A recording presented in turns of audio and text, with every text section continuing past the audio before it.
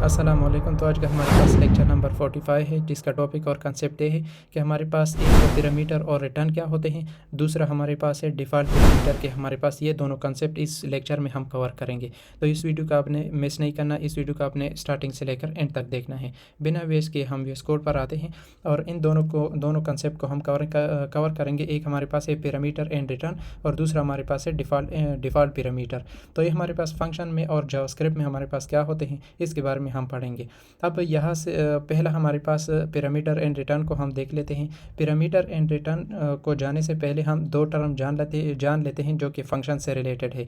अब एक हमारे पास पिरामीटर होती है, एक हमारे पास आर्गूमेंट होती है। तो अगर इससे पहले आपने लैंग्वेज पढ़ी होगी या फिर सुना होगा कि ये हमारे पास पिरामीटर है, ये हमारे पास आर्गूमेंट है, तो उसमें हमारे पास फ़र्क क्या होता है। सिंपल फ़र्क ये है कि जब भी पिरामीटर की बात की जाए, पिरामीटर हमारे पास वो वेरिएबल होते हैं जो कि हम चेंज कर सकते हैं, जो कि हमारे पास ABC XYZ, जो कि A से लेकर Z तक जो भी आपके पास वेरिएबल हो वो आपके पास क्या होते हैं, वो आपके पास पिरामीटर होते हैं, जो नॉर्मली हम फंक्शन में यूज़ करते हैं। और आर्गूमेंट पर हमारे पास क्या होते हैं, आर्गूमेंट वो वैल्यू होते हैं जब हम कॉल करते हैं तो उसमें हम कांस्टेंट वैल्यू उसको दे देते हैं, वेरिएबल की जगह पर हम कांस्टेंट वैल्यू दे देते हैं। जब हम इसका एग्जांपल करेंगे प्रैक्टिकल तो आप लोगों को मैं समझा दूंगा, वहाँ पर आप लोग समझ भी जाएंगे।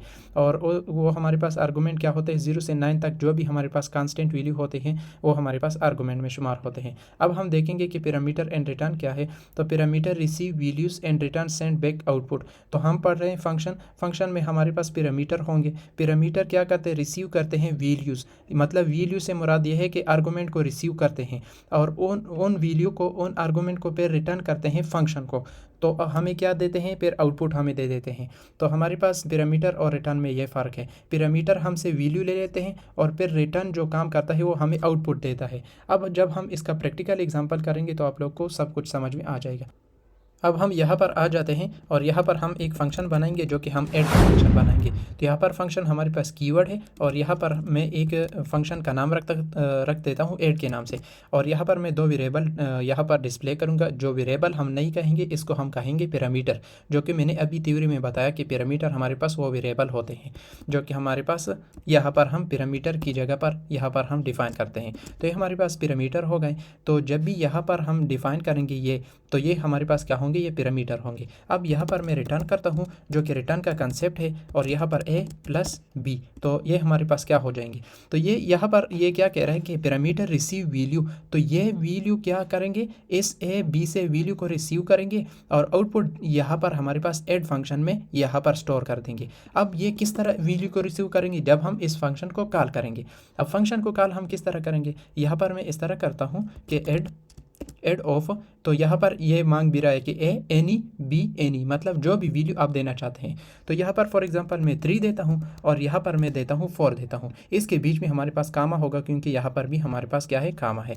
तो इसको हम क्या कहेंगे, ये हमारे पास क्या है, ये हमारे पास है पिरामीटर, ये हमारे पास पिरामीटर है। और जो यहाँ पर हमने कांस्टेंट दिया है ये हमारे पास क्या है, ये हमारे पास आर्गूमेंट है। इसको हम क्या कहते हैं, इसको हम आर्गूमेंट कहते हैं। अब हम अगर इसकी डिफिनीशन की तरफ आ जाए, पिरामीटर रिसीव वैल्यू, तो हमारे पास ये जो पिरामीटर है ये कहाँ से वैल्यू रिसीव कर रहे हैं, जब हम यहाँ पर कॉल कर रहे हैं 3 और 4, ये हमारे पास वैल्यू है, वैल्यू रिसीव कर रहे हैं and return send back output. तो हमारे पास जब ये रिसीव कर रहे हैं ये हमारे पास फिर ऐड हो रहे हैं और रिटर्न हमारे पास क्या काम करता है, ये फिर हमारे पास आउटपुट सेंड करता है किसको, ऐड के नाम से जो हमने फंक्शन बनाया है। अब जब हम इसको कॉल करेंगे या यहाँ पर इसको जब हम रन करेंगे, तो रन करने के बाद यहाँ पर हमें कुछ भी नहीं मिल रहा। क्यों नहीं मिल रहा है, क्योंकि यहाँ पर हमने कंसोल डॉट लॉग हमने नहीं लगाया है।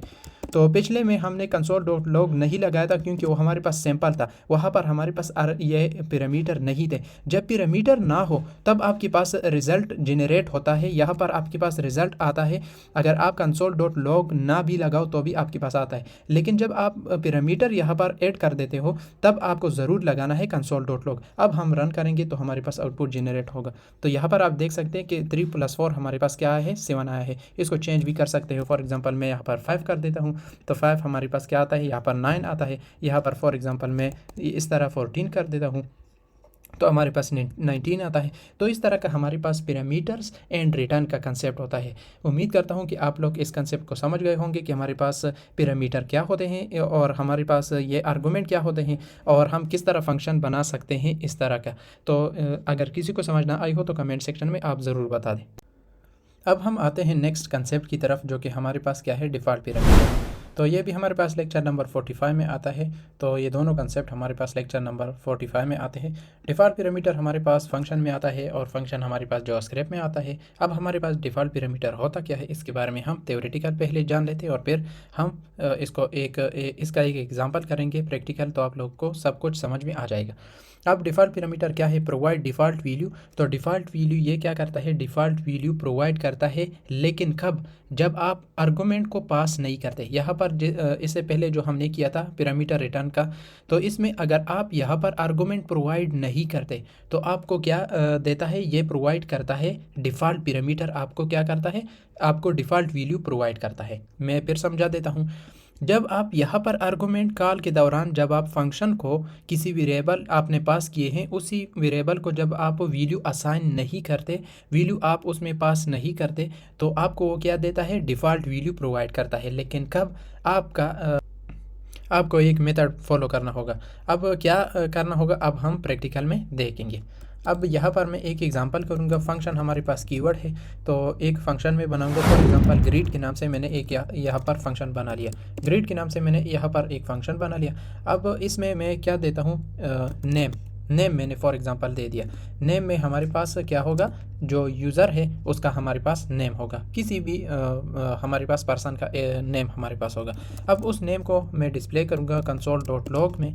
रिटर्न में भी आप डिस्प्ले कर सकते हैं और console.log में भी आप उसको डिस्प्ले कर सकते हैं। तो यहाँ पर मैं इस तरह करूँगा, एक स्ट्रिंग में दूंगा क्योंकि हमारे पास ग्रीट है, हेलो, फॉर एग्जांपल हेलो मैंने दे दिया, और उसके बाद प्लस, और इस नेम को मैं प्रिंट कर लूँगा। तो नेम हमारे पास यहाँ पर डिस्प्ले हो जाएगा। जो भी हम कॉल के दौरान पर इस फंक्शन में, ग्रीट फंक्शन को जब हम कॉल करेंगे, इस नेम में हम जो भी नेम देंगे, जो भी हम स्ट्रिंग देंगे, स्ट्रिंग में हमारे पास नेम होगा, तो वो हमारे पास क्या हो जाएगा, यहाँ पर डिस्प्ले हो जाएगा। अब यहाँ पर हमने फर्स्ट फंक्शन को कॉल कर लिया। हमने क्या कर लिया, फंक्शन को हमने कॉल कर लिया। अब ये हमारे पास ग्रीट फंक्शन में हमारे पास नेम है, इस पैरामीटर में हमने क्या दिया है, ये वाला आर्गुमेंट हमने दिया है जो कि स्ट्रिंग है। अब ये हमारे पास डिस्प्ले होगा हेलो, और इस नेम में हमारे पास ये वाला नेम हमारे पास डिस्प्ले होगा। अब जब मैं इसको रन करता हूँ तो रन के दौरान यहाँ पर कुछ है, अच्छा, तो यहाँ पर हमारे पास, इसको मैं एक बार डिलीट कर देता हूँ और दोबारा यहाँ से रन करता हूँ। तो रन करने के बाद यहाँ पर आप देख सकते हैं कि हमारे पास ये डिस्प्ले हुआ है। तो ये हमारे पास डिस्प्ले हुआ है। अब नेक्स्ट हमारे पास, ये तो हमारे पास नॉर्मल हमारे पास फंक्शन जो होता है वो इसी तरह हमारे पास होता है। पैरामीटर होता है, पैरामीटर में हम वैल्यू को पास करते हैं। अब इसके बाद हमारे पास डिफ़ॉल्ट पैरामीटर का कंसेप्ट शुरू होगा। जब हम इस तरह करेंगे तब हमारे पास क्या होगा, जब हम ये हमने कॉल कर दिया फंक्शन को, और फंक्शन में हम हमने नेम की जगह पर, नेम की पैरामीटर में हमने कोई भी आर्गुमेंट, कोई वैल्यू हमने पास नहीं की, तब हमारे पास क्या होगा, जब मैं इसको रन करूँगा तो हमारे पास क्या डिस्प्ले होगा। तो यहाँ पर हमारे पास हेलो तो डिस्प्ले हुआ है, हेलो हमारे पास डिस्प्ले हुआ है इस फंक्शन में, ये वाला था हमारे पास, ठीक है, हेलो डिस्प्ले हुआ है। लेकिन दूसरा जो हमारे पास नेम है वो हमारे पास डिस्प्ले नहीं हुआ है, जो कि हमारे पास अनडिफाइंड डिस्प्ले हुआ है। अब इसके लिए हमारे पास क्या कंसेप्ट है, डिफ़ॉल्ट पैरामीटर का कंसेप्ट है। जब आप किसी वेरिएबल में, किसी पैरामीटर में कोई भी आर्गुमेंट फंक्शन में पास नहीं करते कॉल के दौरान, तो आपके पास क्या है, तो आपके पास एक डिफ़ॉल्ट पैरामीटर का कंसेप्ट है कि आप फंक्शन में पैरामीटर को एक वैल्यू असाइन कर दें। फॉर एग्जांपल गेस्ट, अगर कोई कॉल के दौरान किसी जो आपने पैरामीटर लिया है इसको कोई वैल्यू असाइन नहीं करता, तब आपके पास कौन सी वैल्यू होगी, और आपके पास ये वैल्यू आपके पास फॉर एग्जांपल ये उठा लेगा। अब जब मैं इसको रन करूँगा तो रन करने के बाद यहाँ पर आप देख सकते हैं कि डिफ़ॉल्ट पैरामीटर की वैल्यू हमारे पास ये आ गई है। पहले हमारे पास अनडिफाइंड थी, अब हमारे पास क्या है, अब हमारे पास गेस्ट है। इसकी जगह पर कोई और भी कर सकते हैं। फॉर एग्जांपल यहाँ पर मैं कर देता हूँ कि फॉर एग्जांपल पाकिस्तान मैंने कर दी। अब जब मैं इसको रन करूँगा तो यहाँ पर हमारे पास डिफ़ॉल्ट वैल्यू हमारे पास ये होगी।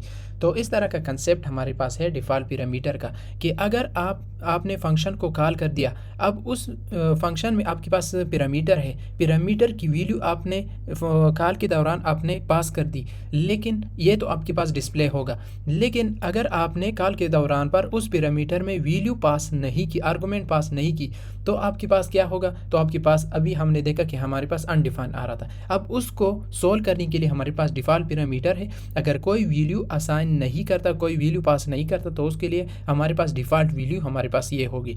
तो इस तरह का कंसेप्ट हमारे पास है डिफ़ॉल्ट पैरामीटर का। तो अगर इसके हवाले से किसी को कोई समझ ना आई हो, कोई आपको क्वेश्चन हो, कोई क्वेरी हो, तो आप कमेंट सेक्शन में दे सकते हैं, मैं उसका आंसर दे दूँगा। तो आज के लिए इतना ही, मिलते हैं नेक्स्ट वीडियो में, नेक्स्ट लेक्चर में। Thank you.